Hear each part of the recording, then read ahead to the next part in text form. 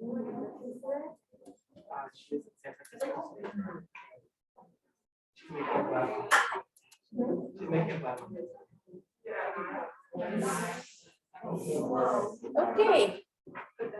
let's get started. If you have your fat characterization +5 points, you can give it to me. Otherwise, Wednesday, just make sure you have it. It's for +5, not +2. Okay. All right. I hope you guys enjoyed your Thanksgiving and everybody stayed safe and warm. All right. Let's start with a new topic. I'll see if I can get through it all today. So protein separation and characterization. We just finished fat characterization, so there is a similar chapter on proteins, however. In this case, we talk about separation as well. So for separation of protein, it can be done based on differences in solubility, adsorptivity, or denaturation. You don't need to know, but you can guess. Paige? I'm going to say all the above. Yes. They can be differentiated on or separated based on differences in these characteristics. And we're going to talk about how we use these characteristics to separate proteins.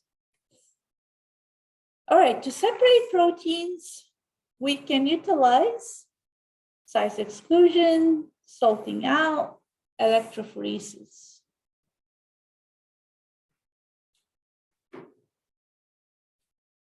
Can you separate proteins based on their size, Caitlin? I'm going to say A and B. A and B? A and B, they're both correct, but also electrophoresis is correct as well. So we can separate the proteins using electrophoresis, and I have a gel today with me, and I'll show you how the gel works.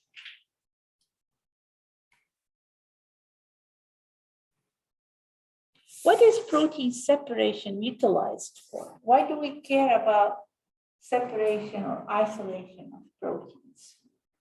And it lets us characterize them. It allows us to characterize them. Yes, we can separate them from a complex matrix, and we can run analysis on them to characterize them and differentiate them. Very good, but what else?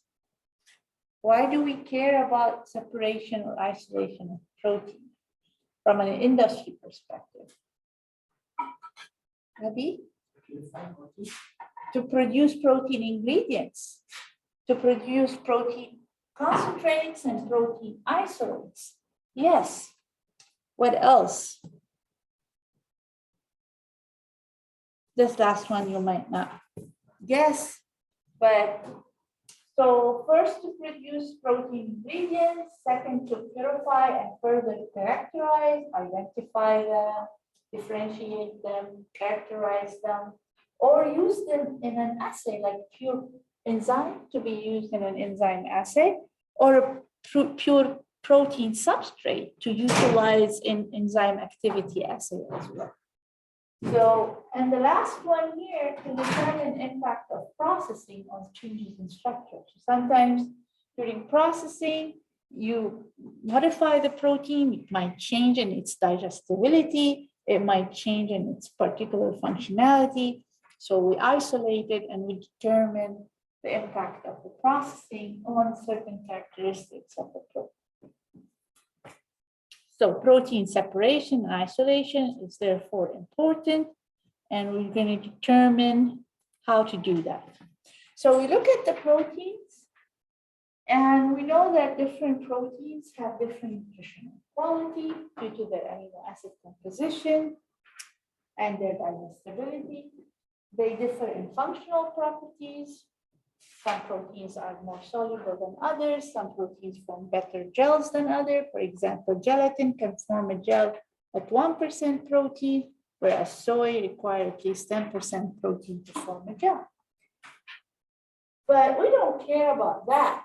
We care about biochemical differences, biochemical characteristics that we can identify in certain proteins to be able to separate them. So we want to know what their isoelectric point is.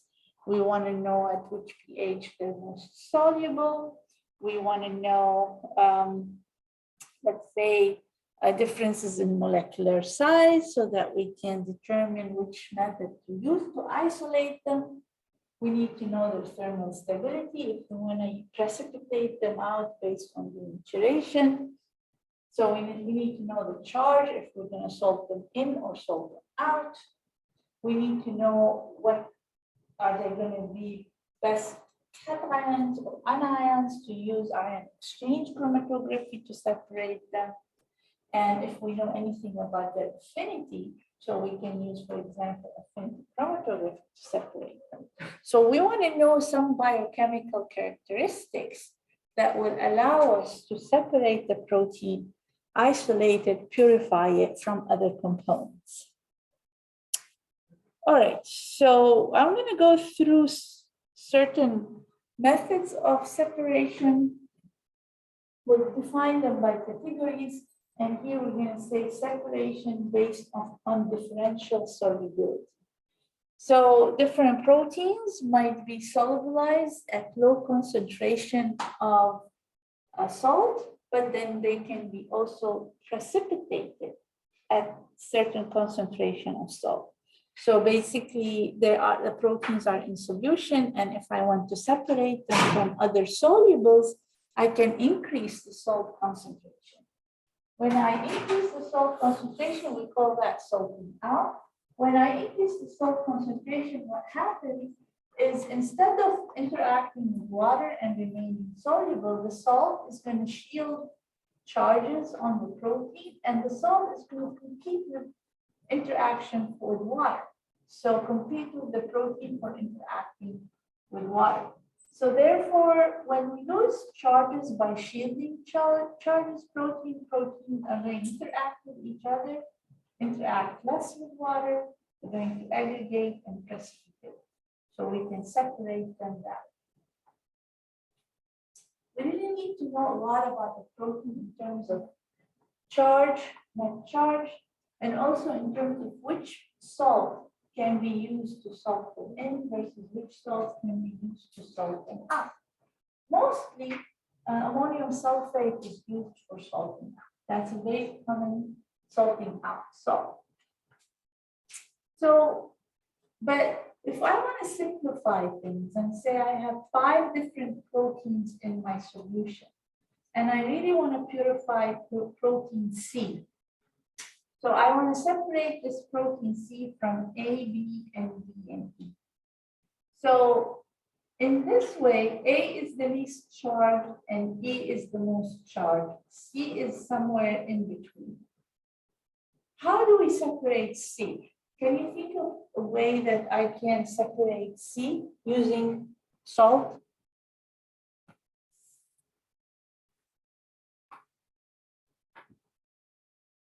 Sally? Would you add salt to shield D and E? D and E, you said? Like salt those out, get rid of them. Well, your approach is correct, but actually A and B are the ones that carry the least charge. So they can be salted out at lower salt concentration because they carry less charge. So low salt concentration can potentially precipitate A and B. So what you do is you add a specific amount of salt that you know will precipitate A and B and keep C, D, and E in solution. Then what you would do is you centrifuge, take the supernatant, throw away the pellet. Then you now have C, D, and E in solution. Then you increase the salt concentration in such a way that C will precipitate, but D and E will remain in solution. Then another centrifugation, you throw away the supernatant, but then now your precipitate is what you want. So, of course, it's much complex than that. You want to know exactly the charge on all of these proteins at a particular pH, and then you want to know what salt concentration will actually precipitate A, B, and T. So it doesn't come out very easily. It's a lot of experimentation and trial and error before you're able to do that.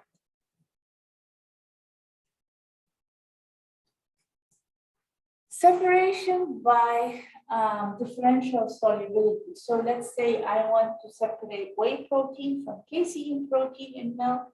I can precipitate casein protein by bringing the pH down to 4.6, which is the isoelectric point of casein. At the isoelectric point, what happens is you lose net charge. So the protein carries zero net charge, then it won't repel. The molecules won't repel each other right now by not having the same net charge. They will aggregate together and precipitate. Then you can separate two different proteins based on their isoelectric point, or you can separate particular category of protein from sugars, for example, by precipitating the protein at their isoelectric point. Sugars remain in solution, and you can separate the sugars from your protein. So using the isoelectric point of the protein to separate it from other solubles. Using alcohol basically reacts with the surface of the protein, and then the interior moiety of the protein can now be exposed to the surface because they would be non-polar or hydrophobic, so they don't like the water. So since alcohol is on the surface now instead of water, then they can open up and expose the interior moiety to the alcohol because they don't care about water. There's no water in the surrounding anymore. Therefore, then they aggregate together via hydrophobic interaction and precipitate. So we can use solvent extraction, for example, using acetone to precipitate protein. Protein denaturation. So applying either excessive heat to denature the protein above the denaturation point of the protein or denaturation temperature of the protein, and allow it to sit at that temperature for extended period of time so the protein denatures, then interact via hydrophobic interaction or disulfide linkages, aggregate, precipitate. So usually you can do that, and then the protein that is generated is not usually used for functionality. It usually is used to increase the protein content in a product because it's really not functional. It is polymerized that way. So you can also denature the protein by extreme pH, either very low pH or very high pH. You cause the protein to unfold due to like charges, and the denatured protein aggregate and precipitate. So we just need to know what the denaturation temperature is for different proteins denatured at different temperatures. So once you know what the denaturation temperature of the protein, you can utilize this method to separate. But here's an actual example of what happens in industry to produce a protein isolate or a protein concentrate. So here's an example for soy. So whenever we want to produce a protein ingredient from a material that is high in fat, we have to defat first. Because fat will emulsify with the protein and then it will be hard to extract the protein. So we always have to defat. So when we start to get protein out of soy, for example, it has to be defatted. So we start with defatted soy flakes or defatted soy flour. So we have two ways we can get. One way we can get a concentrate, another way we can get an isolate. So to get an isolate, we can start with solubilizing the protein in alkaline. So the alkaline can be 7.5, 8 pH, that is pH 7.5, pH 8, 8.5, or 9. So you solubilize the protein, and not only the protein will be soluble, any small molecular weight sugars or soluble fiber will remain soluble with the protein. If you spin that down starch and fiber will precipitate. There's no starch in soy, so fiber, insoluble fiber will precipitate. Then what you get is you throw away the precipitate and you get the solubles. The solubles have protein, sugar, soluble fiber. You acidify. That means we bring the pH down to the isoelectric point of soy. So we bring it down to the isoelectric point, which is about 4.5 or 5. The protein precipitate, soluble fiber and sugars, other small molecular weight solubles will remain in solution. And then you can then separate your sediment, which you want now as the protein. You separate it from the solids. You do several washes of that pellet or residue to remove any other solubles, and then you redisperse, neutralize. So you redisperse the pellet in water, you neutralize to pH 7. You do not want to spray dry when it's at isoelectric point. That causes insulation of the protein. So neutralization is always important. Spray drying, and you get soy protein isolate above 90%. So that is one route to get a soy protein isolate. To get a concentrate, you can solubilize your sugars and other solubles using 80% alcohol or ethanol, or you just wash with water. So the protein, and then you spin. Protein and fiber will precipitate, that is insoluble fiber. You precipitate, you remove the solubles. You dry, you get a concentrate. This concentrate is high in fiber and high in protein, about 65%. This is mostly used for extrusion to get meat analog. This presence of fiber helps formation of the structure, fibrous structure. Then you get texturized vegetable protein or texturized soy protein. Did you say beef fat always or only if it's high in fat? So soy is high in fat. So if you're working with soy, you have to be. Okay. Any oil seed that has high in protein and high in fat, you have to defat before you get the protein. Yeah. There's another way here also to get the concentrate. Instead of washing with alcohol or water, especially in industry, they don't like to use the alcohol in their processing. So they put the soy flakes in water and then they bring the pH down to pH 4.5.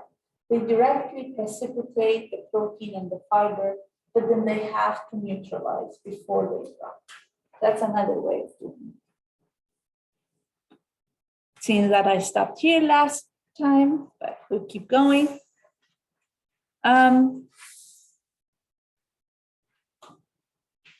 You can use ion exchange to isolate proteins, and whether that is on an industrial level, or whether it's in the lab. An industry example is Agropor. I don't remember what they used to be called, the Visco. So now they're Agropor. They used to have a patent to produce whey protein isolate using ion exchange chromatography, specifically anion exchange. So they are the only ones, I believe, still in the US that produce an ion exchange whey protein isolate. Most of the others use membrane filtration to produce whey protein isolate. So the ion exchange whey protein isolate is basically is less denatured and have higher beta-lactoglobulin, which is the more functional protein, and has less calcium in it, less minerals in it. So it has different functionalities than the membrane. So it's used in industry, but also ion exchange is used in purification for research purposes, to purify protein, to characterize it, and do some identification type of work. So in ion exchange chromatography, hopefully you remember the basis of that is where you're separating based on charge. You either have anion exchange where your protein is negatively charged, or you have cation exchange when your proteins are positively charged. So then your stationary phase will either be positively charged or negatively charged, and the proteins, in this case, the proteins, they will dilute based on their net charge. So the higher net charge they carry, the more they are retained from the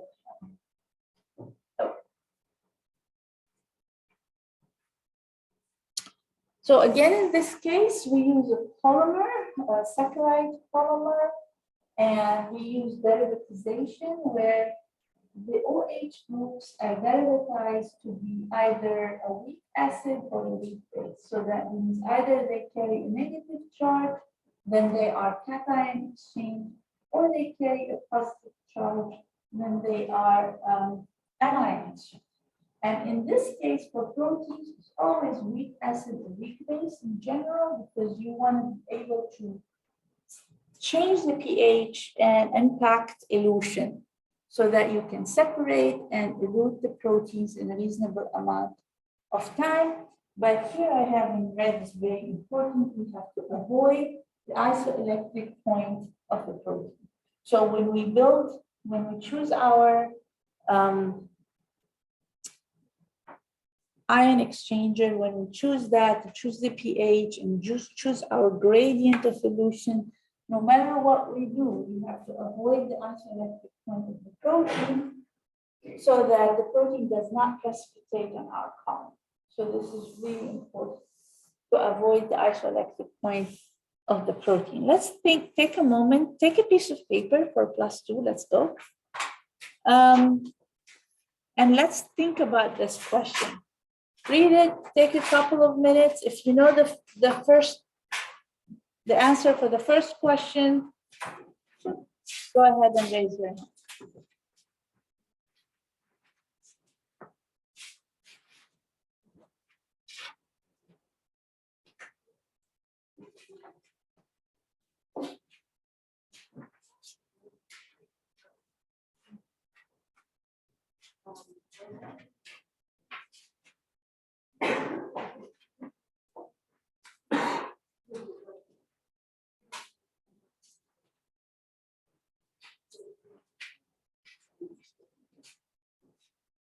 Take the time to think about the question, you guys.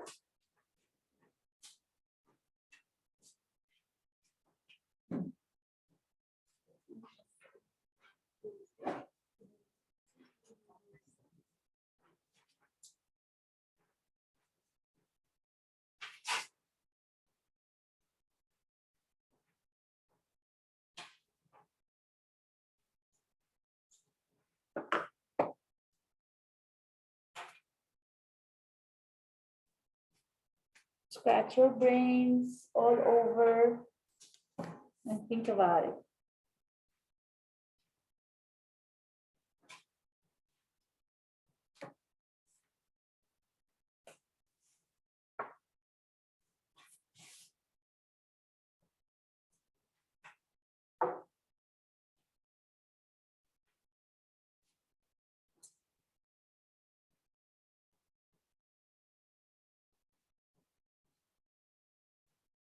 Caitlin. Is this supposed to be pHs instead of PLS? Or what is PLS? Where? Ah, PIs. Oh. It's not please. I know. I abbreviate please for PLS. But this is PI. Oh, that's a big bucket. Oh, wow. It's not blue Dutchman. No, it's But Holly it's sample. like, No, it's Holly sample. it's Holly sample. Do you allow you? Yeah. Okay. All right.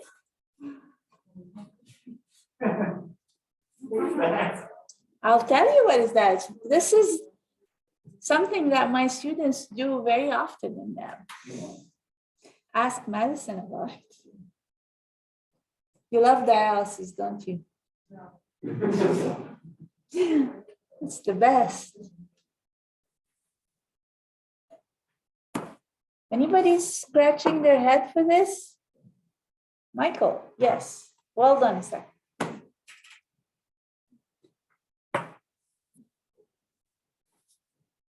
First of all, you want to tell me, do you want to use anion or cation?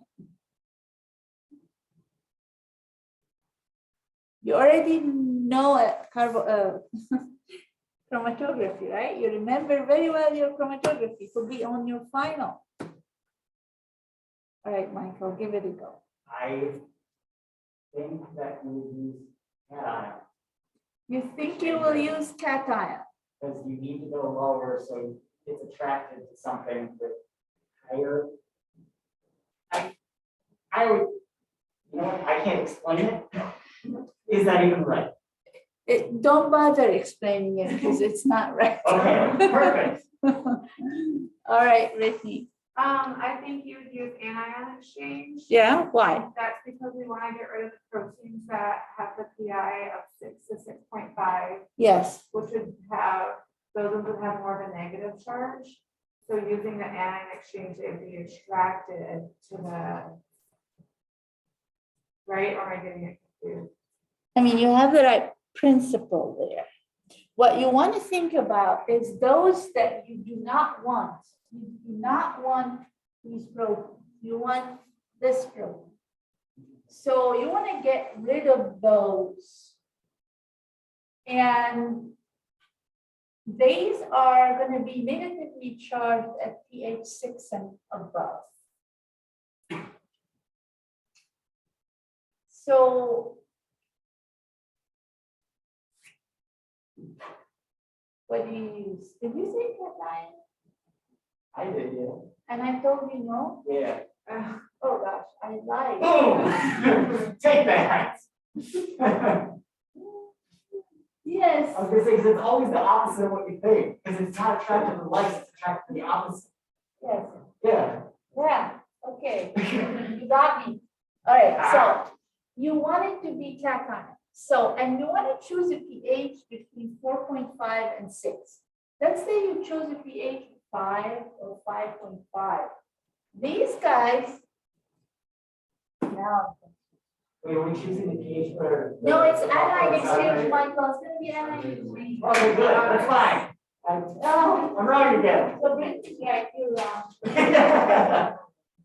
So you want to choose a pH between these two. Okay, so if we choose a pH of 5 or 5.5, your target protein is going to be negatively charged, and those that you don't want are going to be positively charged.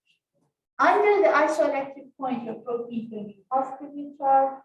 Over the isoelectric point, your protein is going to be negatively charged.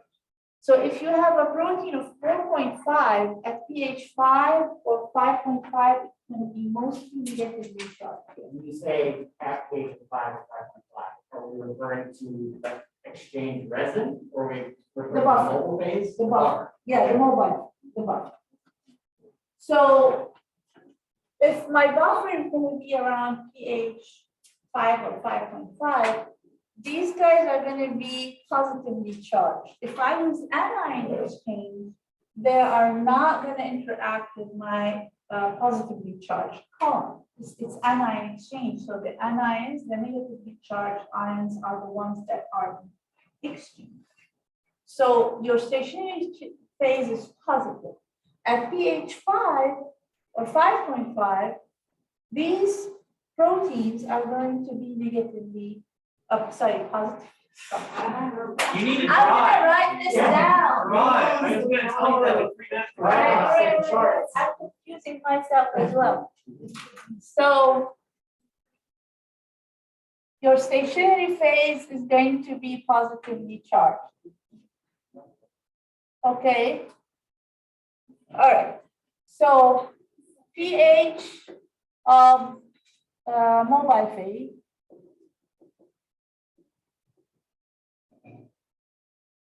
I'm going to say 5.5. All right, at pH 5.5, those, I'm going to call them triangles and circles, will be positively charged. They will not interact with my column, my target protein is going to be negatively charged. Okay, so my target protein, the square, is going to be negatively charged above the isoelectric point. These guys are going to be positively charged below their isoelectric point. So at pH 5.5, these are going to be positive, and the protein of interest is going to be negative. So that one is going to interact with the column. These are going to elute without interaction in the void volume.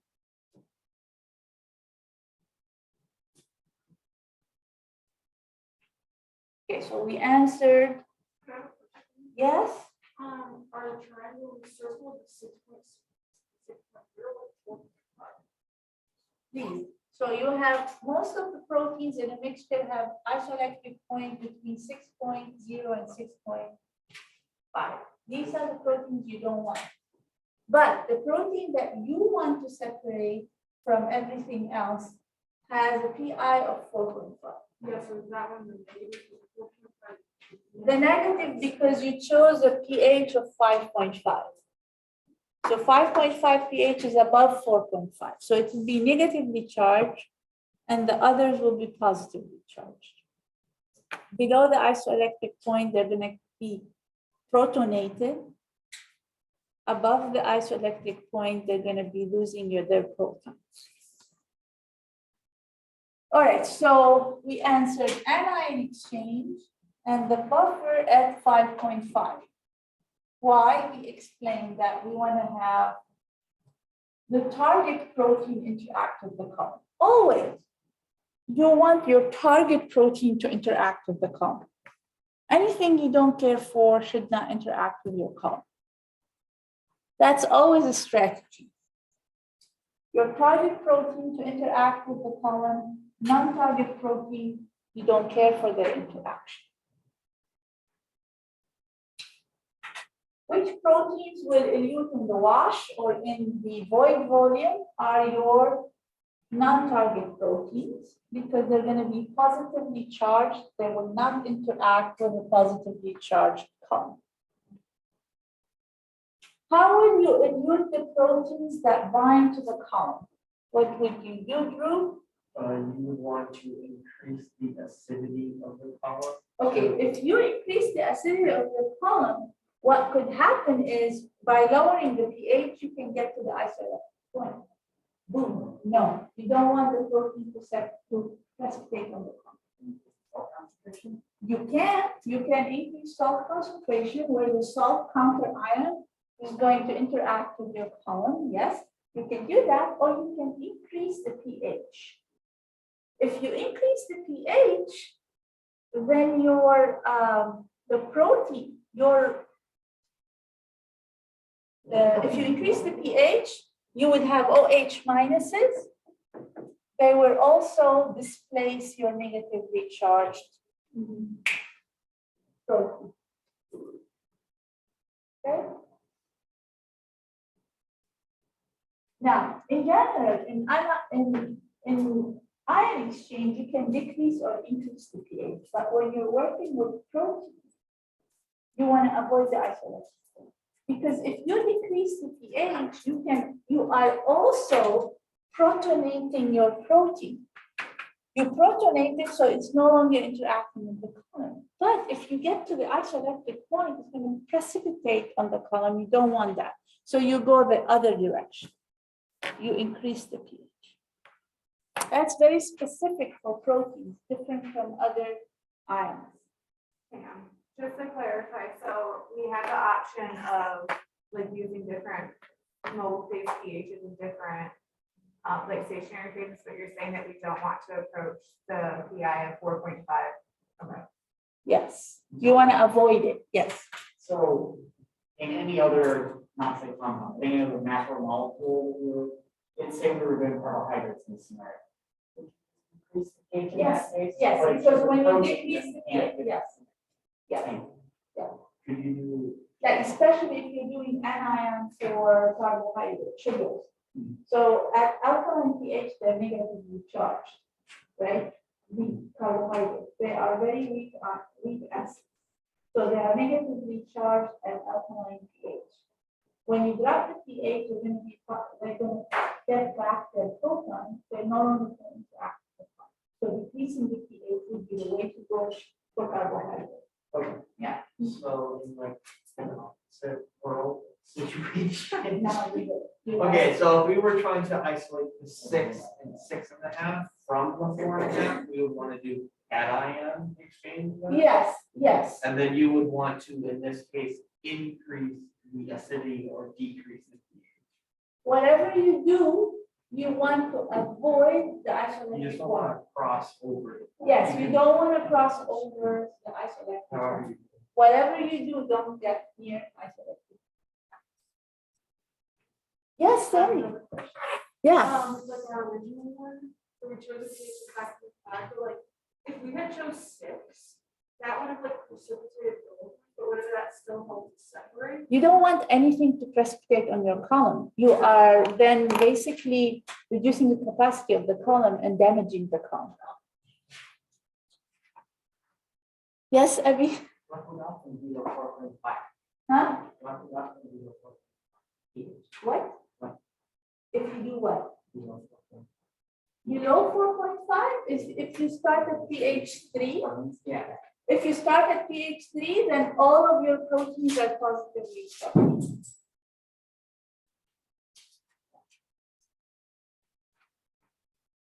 Okay. That's good. So yeah, think about this, and when you want to explain, you want to make sure there's not necessarily only one correct answer. If you justify your answer, if you explain your answer, then you get the points. Doesn't have to be exact as the key. All right, so this was also covered in chromatography, and this is very common chromatography used in protein separation world. It's hydrophobic interaction chromatography. We use it quite a bit in our lab, and basically we use it to separate proteins from other solubles, mostly carbohydrates, sugars. So that's when we want to really purify our proteins. So the way it works is that you have a hydrophobic surface, a weak hydrophobic surface, and you have your proteins. Usually your proteins, when you want to have them in solution for analysis, you don't want it to be at the isoelectric point. We never work at the isoelectric point of the protein, so they're mostly soluble. So in order to separate them from other solubles, we add salt. So we use ammonium sulfate. So the protein loses the charge and interact with the hydrophobic surface, but weak interaction, because you don't want strong interaction, then that will foul the column, will cause proteins to remain on the column, and that's not good. So weak hydrophobic interactions. And then everything soluble will go with the wash. We will run it with salt. So then all the solubles, your buffer is high salt concentration. So all your solubles other than proteins will run through with the salt. Then we switch to water, and then, or we decrease the salt concentration gradually. In our lab, we switch directly to water because we don't care about separating proteins from each other. We care about separating sugars from proteins. We want all the proteins to come out together. So if we go from high salt to water, then all the proteins will come out with like one large peak or a couple of peaks close to each other. If I want to separate the proteins from each other, then I do a salt gradient. Then I would decrease the salt gradually, then the most polar will come out first, and the least polar of the proteins will come out last when the solvent is just water. So I go from, sometimes it's 2 molar ammonium sulfate. So I go from 2 molar to 1.5 to 1 to 0.5 molar, then to 0, which is just water. Then I can separate even my proteins from each other based on their hydrophobicity. So that's a strong tool that we also use very often to purify proteins and to separate them. So here's just showing you, oh, I forgot I had that. So 2 molar ammonium sulfate, mostly it is carbohydrate sugars that are soluble, and then when we have the water, our protein comes out, and usually this is either 280 nanometer or 220 nanometer absorption. Okay. Affinity chromatography is used to purify enzymes, is used to purify antibodies, specific antibodies to have ELISA kits that we use to measure allergenicity. So they're very specific. And if you remember, if we are separating antibodies, the ligands will be specific antigens, or if we are purifying an antigen, then the functional groups will be antibodies, or enzyme inhibitors if we're separating enzymes, or lectins if we're separating glycoproteins. And here's a reminder that if you change ionic strength or pH, you can disrupt the interaction after everything else goes out. You can change pH or ionic strength when the specific interaction is disrupted.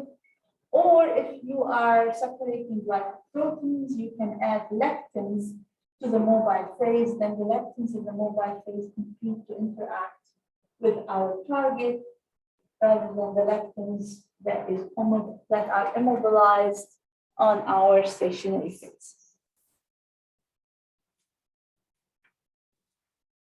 Okay, we can separate by size, and that's what Rita just brought us, the dialysis tubing. Look at this dialysis tubing. So we use it quite often in our lab to remove salt. So when we are purifying proteins, whether we use salting in or we use like high pH, then low pH, you know what happens when you have NaOH and HCl, you have NaCl produced, salt. We don't want salt to remain in our protein. So we put our protein solution, I don't want to touch it, this seems to be a real sample. So we have a tubing. See, I want to show it, but I don't want to touch it. Anyway, so we have tubing like a snake tubing that we fill it with our protein solution that has salt. We seal it with clips from the top and the bottom, like you see here in the picture. And then we put it in water or buffer solution. So what happens over time, you reach equilibrium by osmosis, right? So what happens, your salt diffuses to the outside and equilibrates. The outside salt concentration will be equal to the inside salt concentration.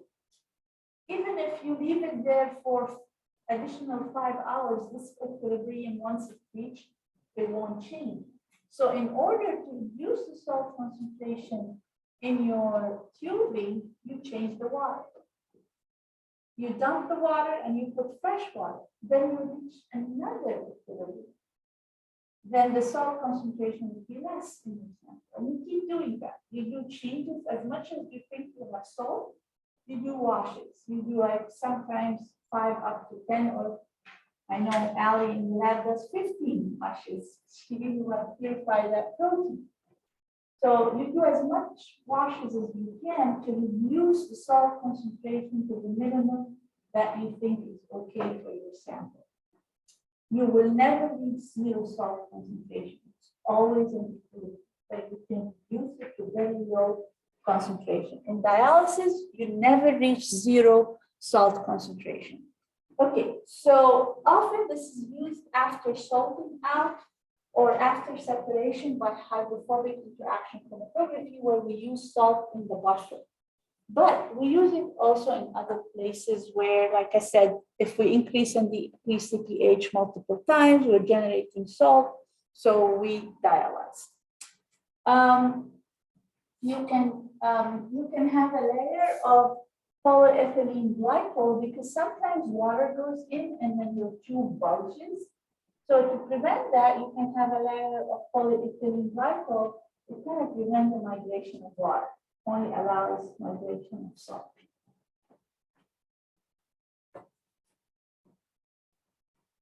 Okay. So membrane filtration. We have different forms of membrane filtration. It can be in very, very small scale to medium scale to very, very large scale. In industry, they use membrane filtration quite a bit to concentrate and produce whey protein concentrate, whey protein isolate. And in lab, we can use very, very tiny membranes, for example, in a centrifuge tube. Inside the centrifuge tube, there are different types. I tried to search for examples in our lab, but I couldn't find them. You have a membrane in the middle of the tube. And what happens, that membrane has specific cutoff. They have pores, so the membrane is porous.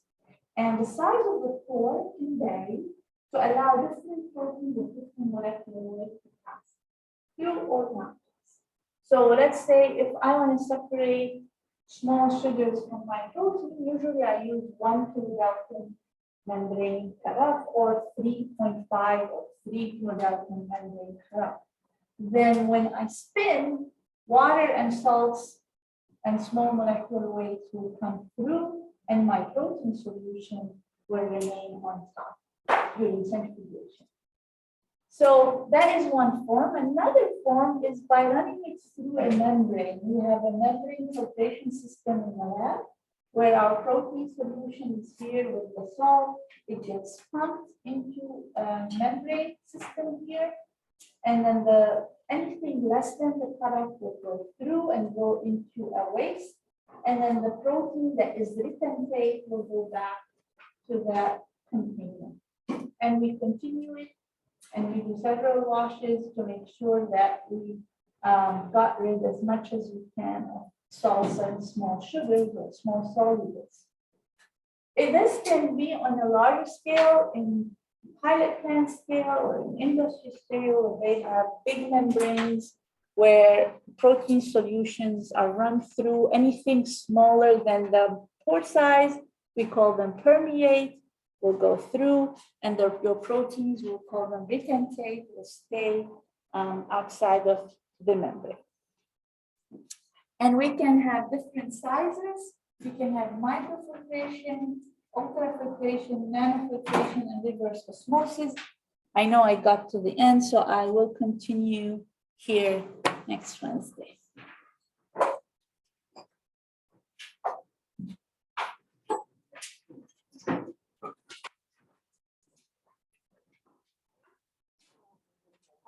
Yeah, I was on Zoom. Well, I tried to be on Zoom on Wednesday and I was talking with Nigel, but I did the cyber extra credit that was due that Yes, that's fine. Wednesday. Okay. And do you want them today as well? Yes, today. Thank you. That's from Today? today. And you have this, I don't know what that is. Fact characterization. This is from last week. I have I think- some last week yeah. also, yeah. Yeah. Okay, so this is fiber, this is last week. This fact was characterization. Wednesday. Yeah, fact characterization. This is.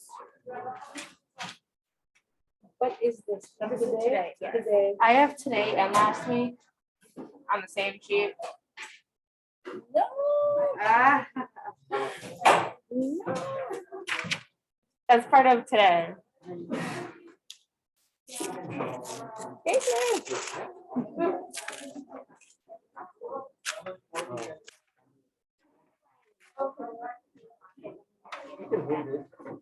Oh, yeah. Oh, yeah.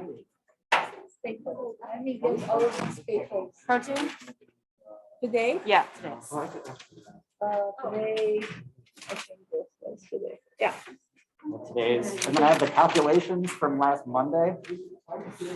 It's not, I wasn't able to be here for I it also because of have- reasons. Oh, is this one? No, that's not like the 5+5 extra The credit. plus That's just- 5 is right here. Yeah, that's what this. Oh, That's from Monday. okay, cool. Thank you. This is today. Yes. This is today. Today. Can I also? Yes, sister, let me get all the papers and then I will look at, yeah, That's today.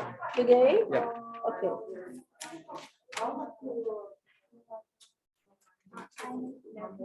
Oh, I gave it, and I forgot to bring it. You were able to come by my office.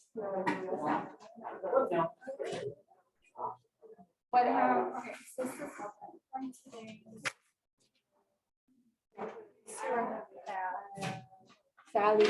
Yeah. Okay. Last year, I tried to do that. Okay, so both of these? Yeah. Yeah, I'm gonna do this so that they don't get separated. Okay. From Monday, yeah, okay, good. 12 minutes. Yeah. What? Just this. That's a good, okay. That's characterization. This is today. Okay, sounds good. We're good, all right.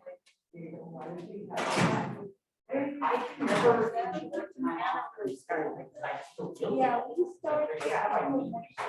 Right. I didn't feel guilty with it. Well, I did you go home for Thanksgiving? I did not, no, Okay. but I go home in like 3 weeks, so it's like, yeah. So that's just a little bit. Iowa, Indiana. There's another one? What else you got? What's the only two? Ohio. Ohio. Oh, I said Iowa. Yes. Iowa's different from Iowa. It's okay. It's all in Midwest somewhere. Yeah.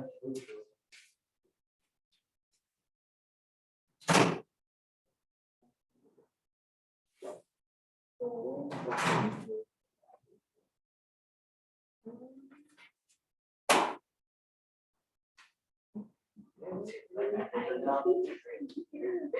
right. I don't have any questions yet. We just got our analysis results back today, so. Oh, did you get our help? That's not my side. Oh, you mean the. Oh, Simpson. Simpson stuff. No, yeah. yeah. So we definitely have some. I think that's.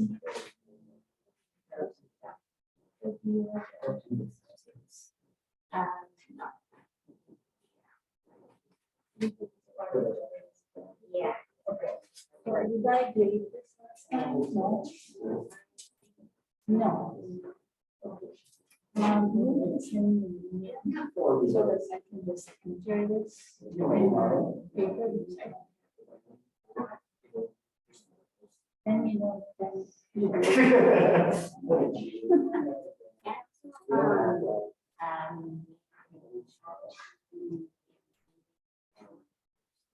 Okay, it's okay, and then.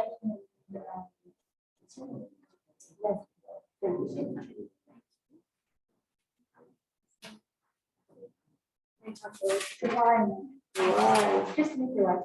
Yeah, I haven't done the first one like that. Okay, that was the only thing you were missing.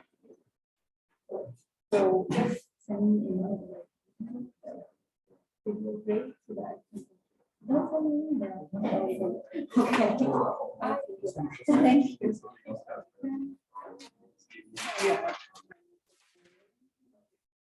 Oh, did I look at that?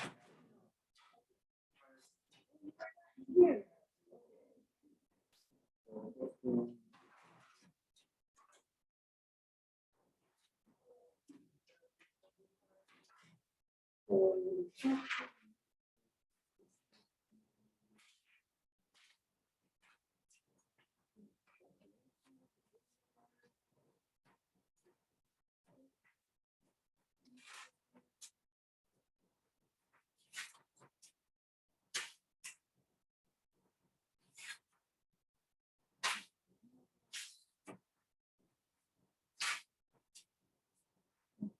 Oh, dear.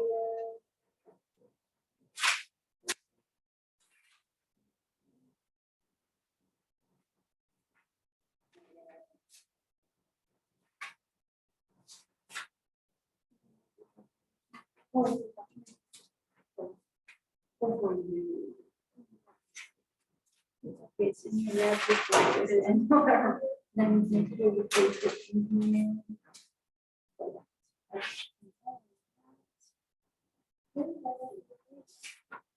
Oh, yeah.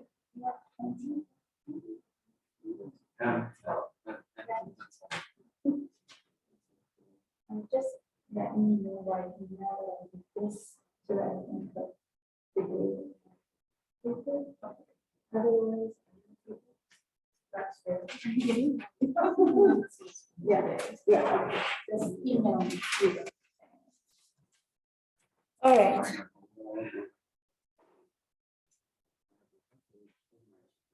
Oh, let me. One of the This copy one papers. is IDF. That's extra credit fiber. Okay, Yes, so that's this the is- one I left in my car last week. Okay, and this is from today. Yeah. This is today's. I know I need to, calculation for, Okay. I don't know where Nigel started on. I know.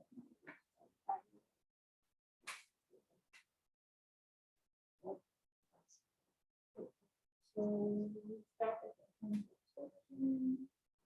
Let's do 17. Share my books everyone. So far.